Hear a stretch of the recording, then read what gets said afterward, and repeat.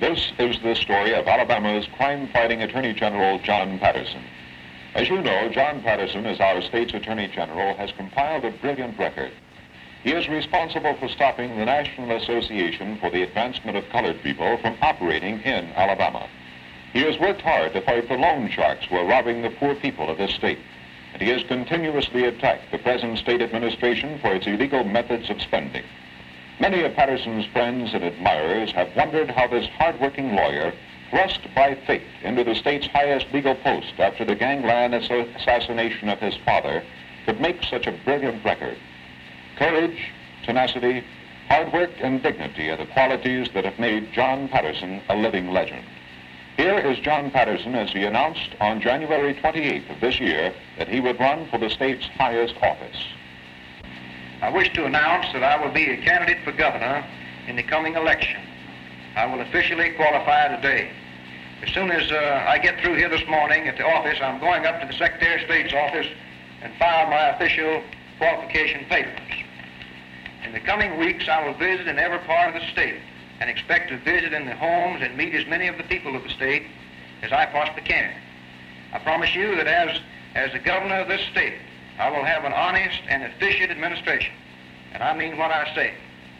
I will announce a complete platform in a few days, but I do want to say at this time that as your governor, I am going to see to it that there will be no mixing of the races while I am in office. I will see that the taxpayer gets his money's worth for every tax dollar. I will see to it that the schools have adequate funds and the teachers adequate pay. I will increase the old age pension so that our elderly citizens will have enough to live on.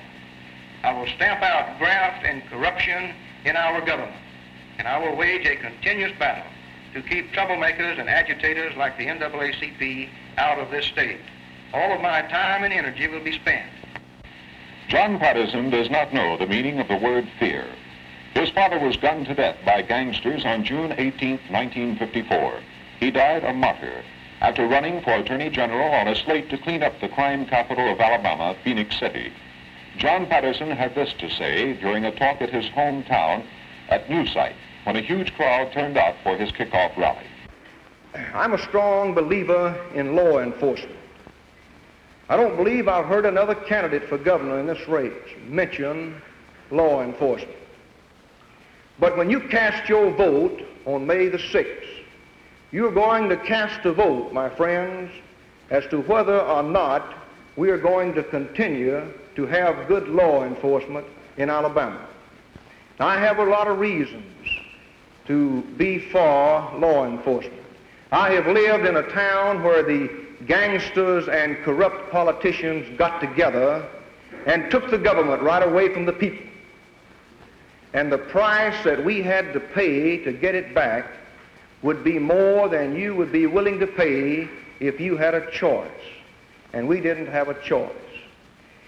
I don't want to ever have to live again in a town where I have to carry a pistol downtown when I go to work, or where I have to worry about somebody poking dynamite up under my house where my wife and children are sleeping. Comparing our state today with some of our neighbors, we're in much better shape. But as your governor, I will see to it that organized vice and crime will be stamped out in this state wherever it rears its head. And time again, John Patterson has stopped illegal spending in our state government. He has proven as Attorney General that he will stand for honest government and will see that the Alabama taxpayer gets the most for his tax dollar. Let's listen as he explains how he will save money that is needed for many other programs. He promised this to the people during a rally at Cordova. To say that we are not getting our money's worth for our tax dollar in Montgomery. If we cut the fat out of spending and get 100 cents worth for every dollar we spend, the money saved from greater efficiency will be put to work building modern segregated public schools for both races and paying higher teacher salaries which they deserve. An honest and efficient government with every tax dollar doing its full job can provide more money for the aged, the blind, the orphans, and the handicapped. The time has come, my friends, for a change in Montgomery. Many people have listened to John Patterson as he explains how he will set up honest and efficient government. They are impressed by his sensible, practical approach to good government. He is the only candidate who has the support of the Indian organization in Alabama. The kinsmen of Indians for Liberty, Reform, Opportunity, and Instruction in Civil Affairs, better known as Kilroy, has endorsed John Patterson. The Creek chief, Calvin McGee of Atmore, announced that the Indians are giving out war whoops for John Patterson. I know that all of you are interested in segregation, and of all the candidates, only John Patterson has actually done anything to preserve segregation. John Patterson is responsible for having the National Association for the Advancement of Colored People thrown out of Alabama. When he went before the Supreme Court to fight the NAACP and keep the Negro organization from operating in this state, he said, "Two of my assistants and I are going up to Washington to argue the case against the NAACP next week before the United States Supreme Court. This is a case where the NAACP was enjoined from doing any further business in Alabama because of violating our laws. Also, we asked the court to require them in 1956 to produce their records and their membership list, and they refused and were fined $100,000 for contempt of court. This appeal that's coming up this coming week in Washington will be an appeal by the NAACP of this $100,000 contempt citation and fine. We're very hopeful and we expect to win this case. It's a very important case to the people of this state. The NAACP has been violating the laws in this state for many years. They are certainly no credit to the colored race, and they've caused a lot of the trouble and strife that we are having here today between the races. There's no room for such an organization as the NAACP to operate in this state." And when he came back, he still was ready to fight to preserve our Southern way of life. Mr. Patterson, you tell us something about your trip that you just returned from Washington today, sir? Yes, we argued the case against the NAACP in the United States Supreme Court today and yesterday. We feel like we have a very strong case, and we feel like we're going to win it. The NAACP, as you know, is a New York corporation that's been doing business in Alabama against the law, in violation of our laws, and we feel like that they should obey our laws. However, they seem to expect preferred treatment, which we don't feel like that they're entitled to. We feel like the law should be applied to everybody equally and impartially. We feel like we're going to win that case. We certainly do. Now, let's look at some action films showing what happens when integration is forced on the people against their will. We will see films of the Tuskegee boycott, films of the riots at Phillips High School, and the alarming action films from Little Rock, Arkansas, where integration was forced on the people at the point of a bayonet. Now, down in Tuskegee, an organization known as the Tuskegee Civic Association, a splinter of the NAACP, is conducting a boycott of all of the white merchants in Macon County, Alabama. They started this boycott on the 25th day of June last year. On the 26th day of June, the gross sales of every white merchant in Macon County fell off from 80 to 90%, and it has held firm at about that figure ever since. And I have heard the Negro leaders of this organization say, "We are going to starve the white people out of the county." That thing is serious down there. The white people are not able to make a living in business anymore.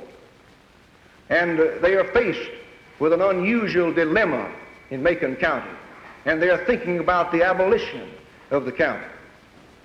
Now, in my dealings with characters like Shuttlesworth and King and Gomillion and people like that, I want to say that there is no compromise with those people. We can't compromise on this race question. We can't back up another step. We are going to keep backing up and backing up until we get to the edge of the cliff. And when we get there, we are not going to get a helping hand from the NAACP. They're going to shove us right on over the cliff. Now, we have the legal tools in Alabama to prevent integration of the races. We have enough tools now, I think, if we use them properly. We need some more. One law that I think we need in this state and if the legislature meets in special session while I'm Attorney General, I will try to get the law introduced and passed.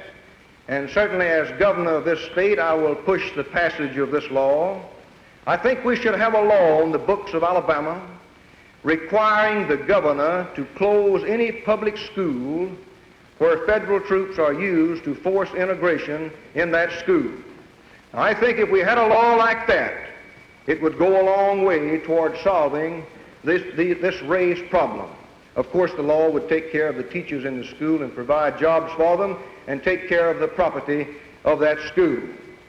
These films show what develops when the people are denied their rights as free citizens. John Patterson has said he will preserve segregation and see that our schools are segregated. When the Reverend F.L. Shuttlesworth tried to break down our segregation laws, the Birmingham Board of Education called on John Patterson to help fight this vicious move. Without hesitation, Patterson arrived on the scene. As you know, the Shuttlesworth case is coming up for hearing in federal court in Birmingham on April 3rd. This is the case where several Negroes are trying to get into Phillips High School in Birmingham. Phillips High School is a school for whites. I, as Attorney General, have offered my help and assistance to the Birmingham School Board to defend this case. This is an important case to the people of Alabama, and no stone will be left unturned to maintain segregation in our public schools. Any attempt to force integration upon us in Alabama would lead to violence and the destruction of our public school system. The Birmingham School Board and its attorneys have asked us to assist in the trial of the case, and several members of my staff and I will be present at the hearing in Birmingham on April 3rd. Many candidates have said they will preserve segregation in Alabama. But even before becoming governor, John Patterson has offered a plan to the governor of Alabama, which will give the governor power to close any school where federal troops use guns and bayonets to force integration against the will of the people.